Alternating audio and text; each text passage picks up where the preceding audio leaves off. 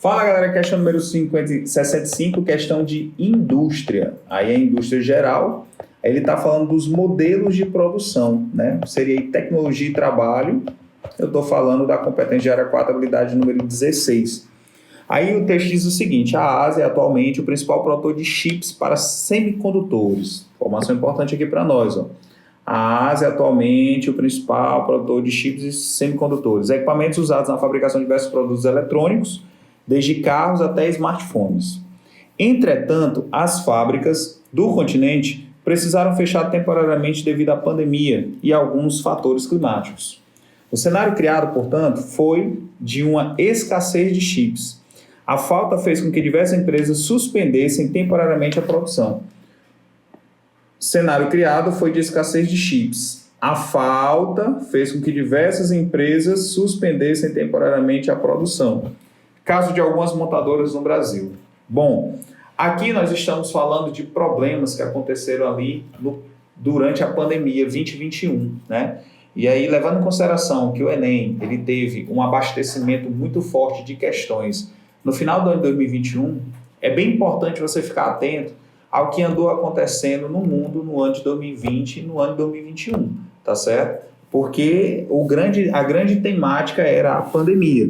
E no caso da atividade econômica, nós tivemos sim esse problema da escassez desses semicondutores, né? Alguns automóveis deixaram de ser fabricados, ou então, por exemplo, foram fabricados sem algumas tecnologias de mídia, né? Como aquelas famosas telas agora que vêm nos automóveis. A falta de insumos nas cadeias produtivas prejudica as fábricas, mas evita crises de superprodução. O que ele está se referindo? Em 1929, aconteceu a crise, a quebra da Bolsa de Valores em Nova York. Então, crise em Nova York. No caso, o crash da Bolsa. Beleza? Pronto. Antes disso, qual era o grande modelo de produção em vigor? Era o Fordismo, tá certo?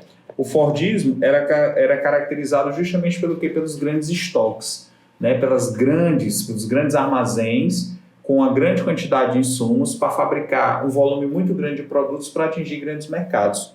Só que você não tendo uma espécie de controle, de regência do mercado, a tendência é que os produtos comecem a ficar em grande volume, em grande oferta. E aí cai no preço, não há venda, ou então você não consegue arcar com suas dívidas e as empresas começaram a decretar falência, quebrando tudo. A partir daí, a gente começa a observar uma nova característica dessa questão da armazenagem. E isso foi muito forte, intensificado no Japão. Então, a partir daí, é apresentado um outro modelo, que foi, posteriormente, adotado pelas indústrias automobilísticas, o toyotismo. Uma das características é justamente o quê? É você produzir por demanda. Ou seja, no Fordismo era a produção empurrada. Você fabrica e joga para o mercado. No toyotismo acabou sendo o contrário. É a chamada produção puxada. Então, quem vai puxar a produção industrial é o mercado.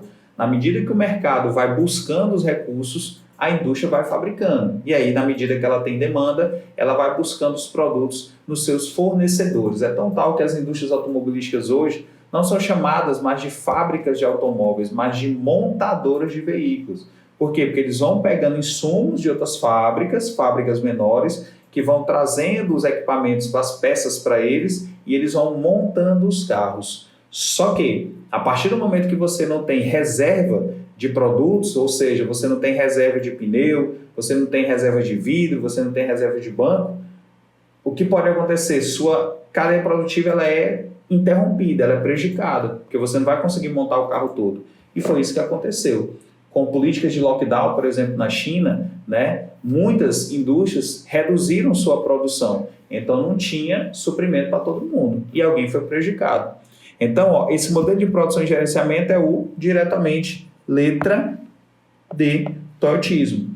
Taylorismo, aí precede o Fordismo, né, que está relacionado à organização, formatação, sistematização, a criação de um modelo de produção.